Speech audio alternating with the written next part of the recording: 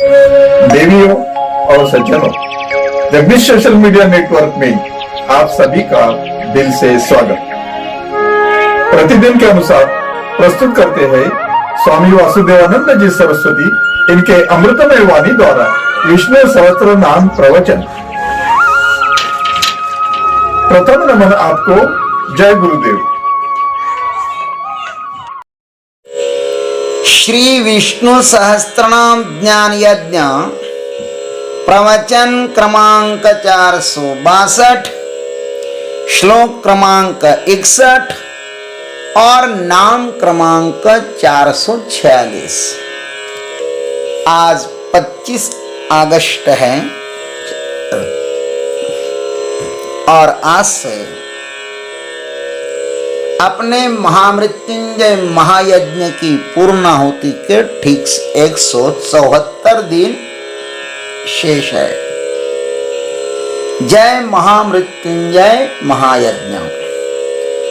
ओम त्र्यंबकं यजामहे सुगंधिं पुष्टिवर्धनम् उर्वारुकमिव बन्धनान् मृत्योर्मुक्षीयमामृतात्।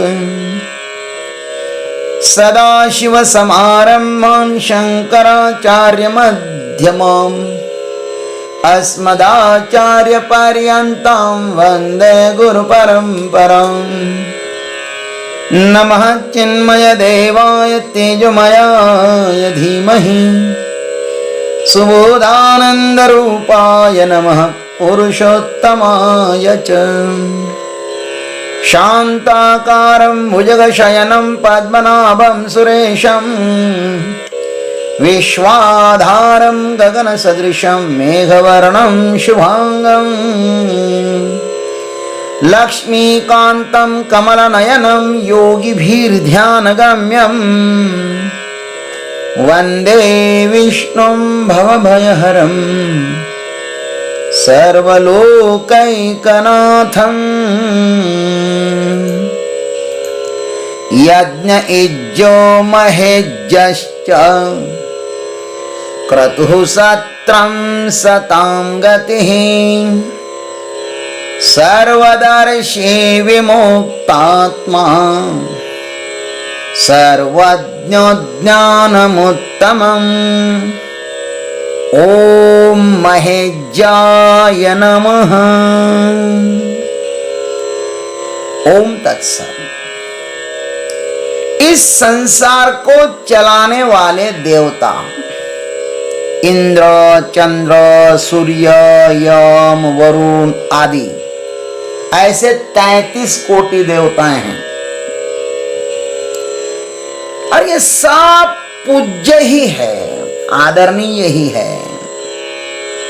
किंतु वह परमात्मा इन देवताओं के द्वारा भी पूजनीय है। हम इन देवताओं की पूजा करते हैं और वे देवता परमात्मा की पूजा करते हैं। इसलिए भगवान को महेज्य कहा है। ये महेज्य है। महेज्य का अर्थ है सब देवताओं में अधिक पूज्य। भाष्यकार लिखते हैं, भाष्यकार कहते हैं यष्टव्यो मोक्ष फलदातृत्वात् इति महेज्यः। समस्त यष्टव्य देवताओं में मोक्ष रूप फल देने वाले होने से भगवान ही सबसे अधिक यष्टव्य है, इसलिए वे महेज्य है। विष्णु सहस्त्रनाम हम साधकों को अत्यंत उच्च शिखर पर ले जाने के लिए बहुत ही सुगम साधन है। इज्ज नाम से भगवान को पूजनीय कहा और अब कहते कि सभी देवताओं में अधिक पूजनीय यही परमात्मा है। अधिक पूजनीय इसलिए कि मोक्ष देने के अधिकारी यही तो है। मोक्ष जीव का अंतिम पुरुषार्थ है। मोक्ष का अर्थ श्रुति ने बताया है।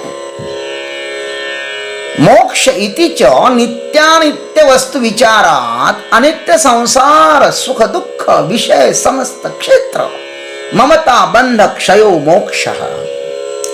निरालंबोपनिषद कहता है कि मोक्ष उसे कहते हैं जो नित्य और अनित्य वस्तु के विचार द्वारा अनित्य संसार के सुखों और दुखों के सभी क्षेत्रों में से ममत्व के बंधन का क्षय कर देना, उसको ही तो मोक्ष कहते हैं। सबसे निवृत्त होना, यही मोक्ष है।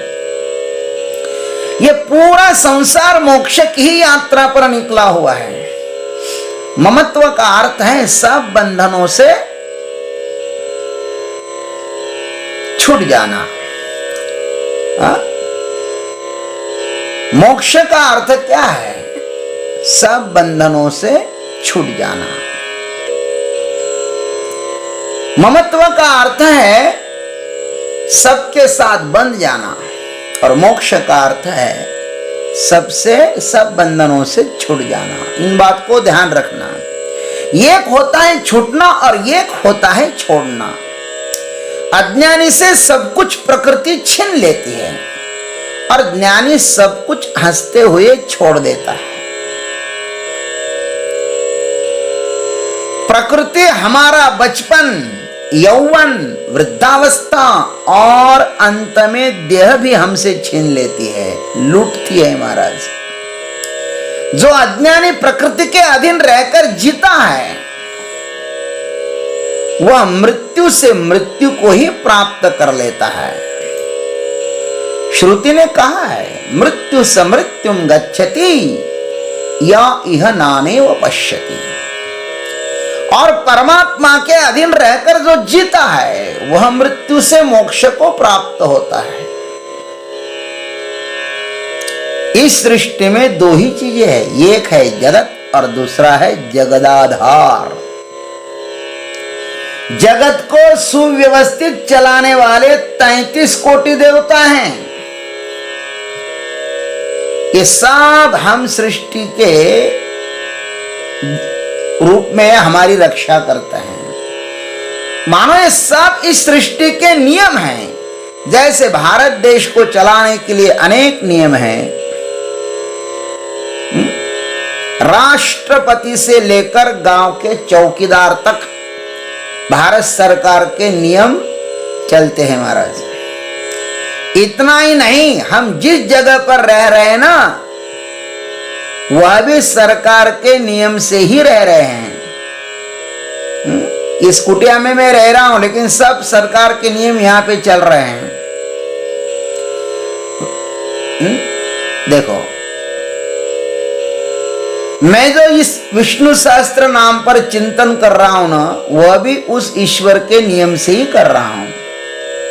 यहां पर चिंतन करने की सब सुविधाएं मुझे वही तो दे रहा है ना। हजारों उसके नियम मुझे सहयोग दे रहे हैं। यहां पर जो नियम कह रहा हूं ना, वे सब अन्य देवता ही हैं। नियम ही देवता हैं। वे सब मुझको इस ईश्वर समर्पित कर्म के द्वारा मोक्ष के लिए सहयोग कर रहे हैं। इन करोड़ों देवताओं की कृपा के बिना मैं कुछ भी नहीं कर सकता। वे हम पर कृपा करे तो ही हमारे लिए मोक्ष का द्वार खुल जाता है। योग वासिष्ठ में और भागवत जी में मोक्ष के 4 द्वार बताए गए हैं। मोक्ष द्वारे द्वारपालः चत्वारः परिकीर्तितः शमो विचारः संतोषः चतुर्थः साधु संगमः। शम माने इन मन का निग्रह, विचार, विवेक, संतोष और साधु समागम, ये 4 मोक्ष के द्वारपाल है। कपिल देव जी महाराज कहते हैं, प्रसंग मजरम पाशम आत्मनः कवयो विदु स एव साधु सुकृतो मोक्ष द्वारम अपावृतम। जो आसक्ति संसार के साथ बांधती है ना, वही आसक्ति यदि सत्संग में लग जाए तो मोक्ष का द्वार खुल सकता है। और ज्ञानेश्वर महाराज ने भी कहा, देवाची द्वारी उभाक्षण भरी तेने मुक्ति चारी साधिएगा। जो इन द्वारों पर एक क्षण के लिए भी खड़ा हो जाए ना, तो उसे चारों मुक्तियां मिलती है। भागवत जी के अंतिम अध्याय में यही कहा है, यं ब्रह्मा वरुणेन्द्र रुद्रमरुतः स्तुन्वन्ति दिव्यैस्तवैः वेदैः साङ्गपदक्रमोपनिषदैः गायन्ति यं सामगाः ध्यानावस्थित तद्गतेन मनसा पश्यन्ति यं योगिनो यस्यान्तन्न विदुः सुरासुरगणाः देवाय तस्मै नमः। ब्रह्मदेव, वरुण, इंद्र और मरुदगण जिसका दिव्य स्तुति के द्वारा स्तवन करते हैं, साम गायन करने वाले वैदिक लोग जिनका व्याकरणादि अंग पद क्रम और उपनिषदादि के सहित वेदों के द्वारा गायन करते हैं, वर्णन करते हैं, योगी लोग जिसको ध्यान से स्थिर हुए आत्मनिष्ठ मन के द्वारा देखते हैं, देव और दानवों का समूह भी जिनका अंत नहीं देख पाते, उस स्वयं प्रकाश देव को हम नमस्कार करते हैं। सब देवताएं भगवान की ही तो स्तुति करते हैं महाराज। हमारी इंद्रियों के द्वार पर ये देवताएं बैठी हुई हैं, हमें इनसे प्रार्थना करना है कि आप हमारे लिए मोक्ष के द्वार खोल लो। द्वार उगड़ बया, द्वार उगड़, खोल दो द्वार। बंधनान्मुक्ष्य उर्वारुकमिव, हे महामृत्युंजय, हे महाकाल, बंधनान्मुक्ष्य, खोल दीजिए द्वार। संसार से वैराग्य इनकी कृपा हो तो ही होगा, इन देवताओं की कृपा होगी तभी तो संसार से वैराग्य होगा ना, अन्यथा नहीं। साधक को चाहिए कि वह किसी भी देवता की निंदा न करे, उनसे सहयोग लेना चाहिए।